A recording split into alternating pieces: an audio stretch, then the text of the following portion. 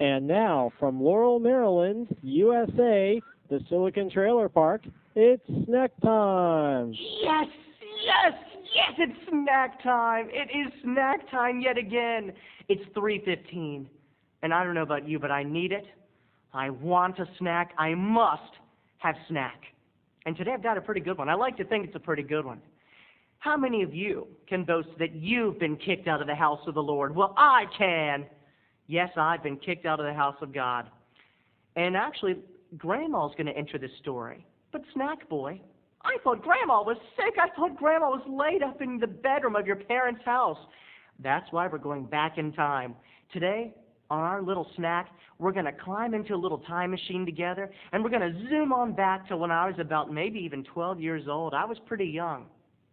Guess who else is in this story? Nigger White Opie. That's right, my cousin Charlie. It's Charlie, it's Grandma, it's me, and it's a fourth friend that I've never mentioned. That's right, we're introducing today Javon.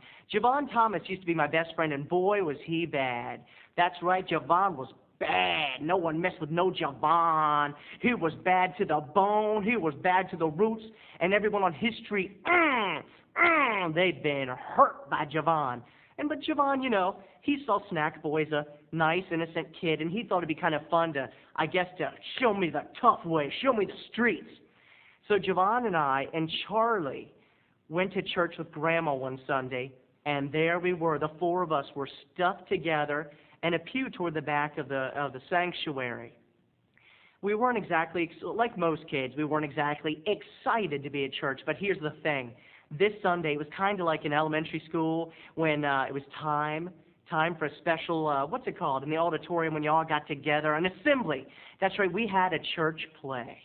It was very exciting. A church play with the pastor was in it, and my dad's friend, Mr. Tyson, was in it, and Mrs. Javins, the preacher's wife, was in it, and all of them had made their own costumes. And it was kind of funny because you could still see their suits, like they would have their business tie on and their gold watch, and the women would have, like, you know, gold earrings, but they were still had these really kind of tacky biblical headdresses on. You know, one of them was Mrs. Javins was Mary Magdalene, and I think Mr. Tyson was Judas, and they had the wise men. Well, here's where the play got funny. I got kicked out of the house of the Lord with Javon and Charlie because one of the men in the play, Mr. Tyson, had every line he had would repeat itself. And the first one was something like this. They say the Lord is coming today. They say the Lord is coming today. And that first time, I think we just looked at each other. We were like, what was that? And you know, we were kind of like, okay, bad acting. We'll get over it. But when he did it again about a minute later, I think we started to snicker. Is he here? Is he here? I proclaim that the Lord is coming. I proclaim that the Lord is coming. The Lord is coming today. The Lord is coming today. And we started going, it was just so bad because he was so over the top. And then the next time it was me, I burst out loud, are you sure? Are you sure? And I went, and Grandma went, Terry, stop it. You just shush.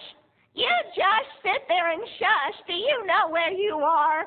And when she said, do you know where you are, that made Javon laugh. He went, and then all of a sudden from the stage, they started looking out like, uh-oh. And they could, from the stage, were kind of like, they were doing the play, but they heard us.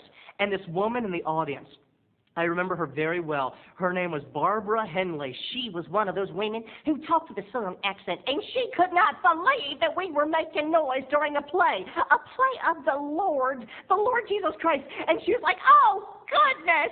Oh, my goodness, I can't believe what these children are doing. They are sitting there without discipline, without mercy, without faith, and they are laughing at a play. They are laughing at a play of the Lord. And, of course, we knew we shouldn't be laughing, which made us laugh even harder. And then the last time he said it, I burst out laughing so bad they stopped the play. He went, someone said, oh, I can see him in a manger. He said, the Lord is in the manger? The Lord is in the manger? And we all three were like,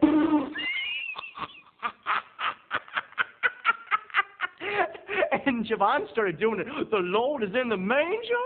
The Lord is in the manger? And that's when a hand brushed down on my shoulder and yanked us out of the pews and started, I couldn't believe it. I was being marched up the aisle. And the worst is when we passed my brother. My brother as you know, graduated from seminary. And as we passed him, he gave me a look of death, a look that said, "Brother, you are going to hell, sir. Brother, you are going to see Beelzebub, the hoary beast of the netherworld, and you're going to do it in a handbasket, sir. I cannot believe you're my brother." But he said this, of course, in a look. And then there was my mother, and she had that look that said, "Your ass is grass when you get home, sir.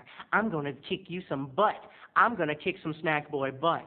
And when we got outside, we were sat down, and all the deacons of the church started one by one rolling up their sleeves and trying to intimidate us.